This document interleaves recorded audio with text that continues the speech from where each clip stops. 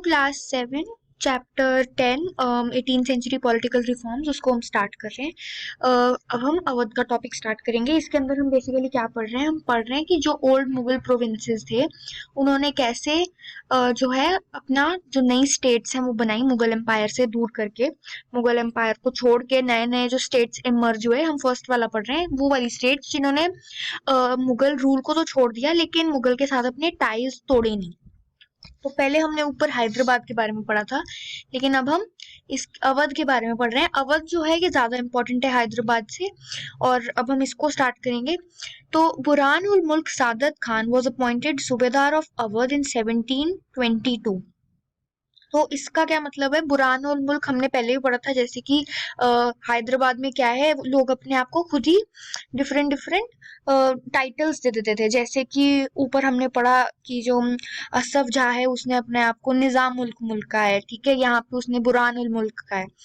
तो ये बेसिकली क्या थे, जो सादत खान था उसको मुगल जो एम्परर है उस टाइम का, उसने सूबेदार बना के अवध का भेजा। सूबेदार बना के क्या मतलब, सूबेदार ने क्या करना था, वहां जाके पॉलिटिकल चीजों को पे नजर रखनी थी, या फिर उसके पास सारी पॉलिटिकल रिस्पॉन्सिबिलिटी थी, ठीक है। And he founded a state which was one of the most important to emerge out of the breakup of the Mughal empire, ठीक है। अब इसने कौन सी स्टेट ढूंढी, इसने एक नई स्टेट बना ली, अवध की स्टेट। नई बनाने का क्या मतलब, मुगल एम्पायर के अंदर जो ये पूरा एम्पायर था वहां से जब एक नया रीजन निकल गया उसको स्टेट बोलते थे पुराने टाइम पे, ठीक है। तो उसने क्या किया, अपनी एक न्यू स्टेट बना ली, और ये स्टेट जो है ये बहुत इंपॉर्टेंट थी, ठीक है, one of the most important to emerge out of the breakup of the Mughal empire, ठीक है। तो ब्रेकअप ऑफ मुगल एम्पायर का क्या मतलब, मुगल एम्पायर हम देखा था टूट रहा था, फ्रेगमेंटेड हो रहा था सारी जगह पे।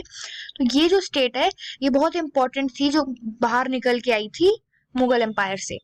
Awadh was a prosperous region, ठीक है। अब इसके अंदर हम अगले पैराग्राफ में जो है, अगली लाइंस में हम ये पढ़ेंगे कि अवध जो है प्रॉस्परस रीजन था। प्रॉस्परस यानी काफी अमीर रीजन था। क्यों अमीर रीजन था, क्योंकि इसके पास क्या, रिच अलूवियल गंगा प्लेन थी।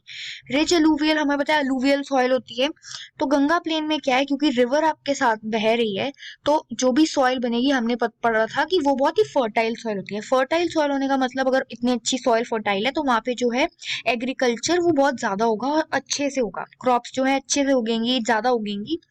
और पुराने टाइम पे जो है एग्रीकल्चर मेन एक्टिविटी होती थी, ठीक है, डोमिनेंट एक्टिविटी होती थी इनकम को इनकम के रिलेशन में।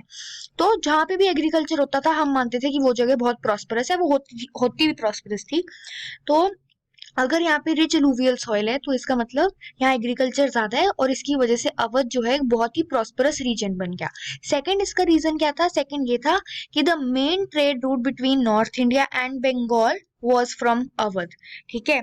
नॉर्थ इंडिया से और बंगाल को जो कनेक्ट करता था ट्रेड को, वो कौन था, अवध। तो इसकी वजह से ये क्या, ट्रेडिंग सेंटर सा बन गया। ट्रेडिंग सेंटर बना तो ऑब्वियसली यहाँ पे ट्रेडर्स आएंगे, हमने पढ़ा था कैसे ट्रेडर टाउन्स बनते हैं, क्या बनता है।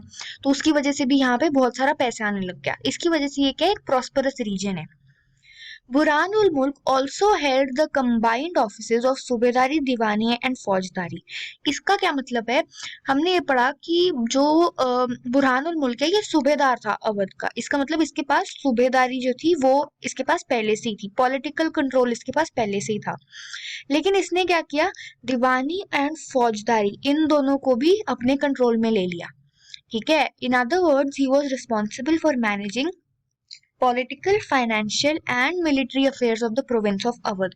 तो इसका मतलब क्या हुआ, सूबेदार तो उसको मुगल ने बना के भेजा था, लेकिन दीवानी और फौजदारी के जो ऑफिसेस थे वो उसने खुद ही अपने लिए बना लिए, खुद ही अपने उसमें पावर ले ली, ठीक है। अब यहाँ पे एक क्वेश्चन है, in trying to consolidate their rule why did Mughal subedars also want to control the office of diwan, ठीक है।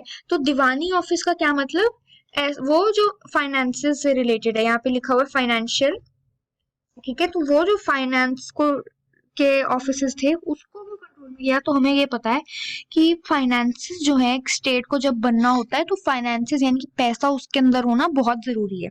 अगर आपके पास पैसों का कंट्रोल आ जाए, आपके पास पैसे आ जाए, तो आप ऑब्वियसली एक स्ट्रॉन्ग स्टेट बन के बाहर आ सकते हो। अगर हम मुगल जो एम्पायर है उसका भी एग्जाम्पल लें तो उसमें भी ऐसे होता था कि जैसे जैसे मुगल एम्पायर के पैसे खत्म होने लग गए वैसे वैसे उनका डिक्लाइन होना शुरू हो गया। क्यों? क्योंकि अगर पैसे नहीं है तो सोल्जर भी नहीं होंगे, क्योंकि सोल्जर्स को भी आपने पैसे देने हैं, ठीक है।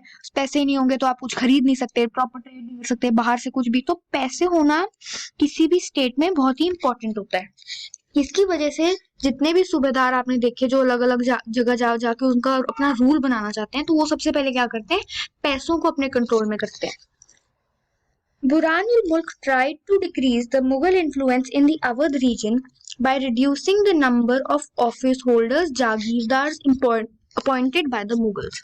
तो जागीरदारी सिस्टम जो थी हमें पता है, उसके अंदर बेसिकली क्या होता है, जागीर क्या होती थी, लैंड, ठीक है। लैंड जो आपको दी जाती थी, किसी को भी वो लैंड अगर मिलेगी तो उसको हम जागीरदार बोलते थे। तो जागीरदार क्या थे, मुगल अपॉइंटेड थे।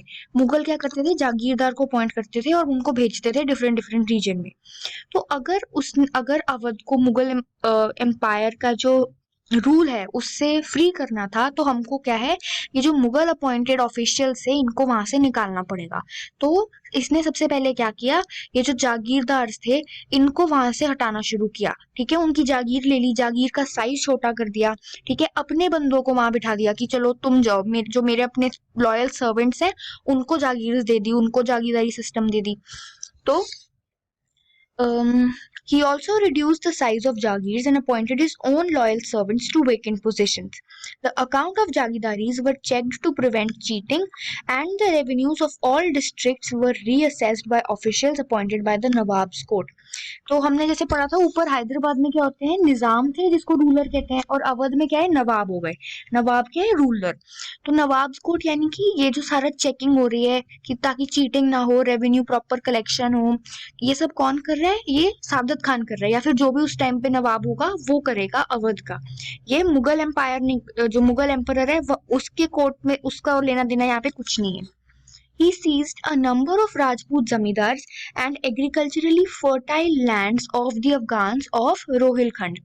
तो इसका क्या मतलब है, उसने क्या किया, जमींदारी जो है राजपूतों के हाथ से ले ली और फर्टाइल लैंड भी ले ली। फर्टाइल लैंड हमें क्यों चाहिए, क्योंकि हमें पता है फर्टाइल लैंड आएगी, क्रॉप्स अच्छी होगी, एग्रीकल्चर अच्छा होगा। अगर एग्रीकल्चर अच्छा होगा तो जो भी जगह है वो ऑब्वियसली प्रॉस्पर जो है होती रहेगी।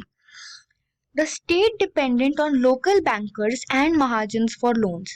It sold the right to collect tax to the highest bidders. These revenue farmers, which are ijardars, agreed to pay the state a fixed sum of money। तो इसका क्या मतलब है, हमको पता था, हमने पहले भी महाजन के बारे में पढ़ा है कि ये क्या करते थे, लोन्स का काम करते थे। यानी कि पुराने टाइम में जो है बैंक्स नहीं होते थे, बैंक नहीं होते थे तो नॉर्मल जो लोग हैं उन्हीं को आप समझ सकते हो कि ये क्या है, लोन देंगे, उनसे वापस लेंगे, इंटरेस्ट लेंगे, ये सब कुछ कौन करते थे, बैंकर्स या फिर महाजन उनको बोला जाता था पुराने टाइम पे। तो it sold the right to collect tax to the highest bidders.